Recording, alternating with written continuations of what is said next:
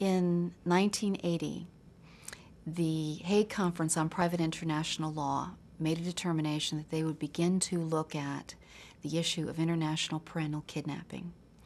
What they resolved was the Hague Convention on the Civil Aspects of Child Abduction, which is an international reciprocal treaty in which countries agree that they will have an expedited process for the return of children who have been wrongfully removed or retained outside of the country of their habitual residence.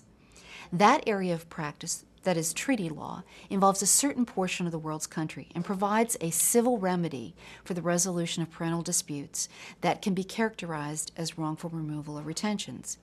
The other type of international parental kidnapping are countries which are not reciprocal treaty holders, who have not signed these types of bilateral agreements, and in which litigation has to be prosecuted in the affected countries. Our firm has experience in litigating both of those issues. For cases going outside of the United States, we develop a litigation strategy in which we obtain orders in the United States that protect and identify the rights of custody that may have been breached.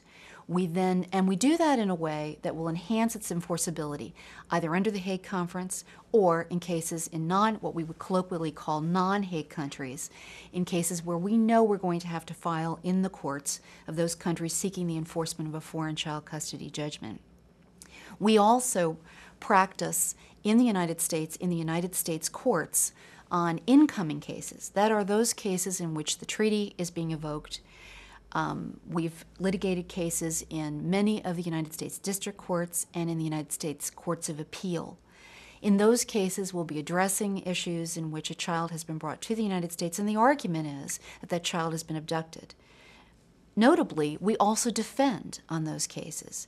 Every argument that's made that a child has been brought to the United States that has been wrongfully removed or retained obviously may not be accurate. And in those circumstances, we're prepared in the United States district courts as well as the state courts to be able to defend those applications, to raise the issues that need to be raised, and hopefully to reach an enforceable resolution that will take away the specter of international parental abduction and allow the parties to go about their lives without having to look over their shoulders constantly, concerned that they're subjecting themselves to international litigation whenever the child gets involved in international visitation.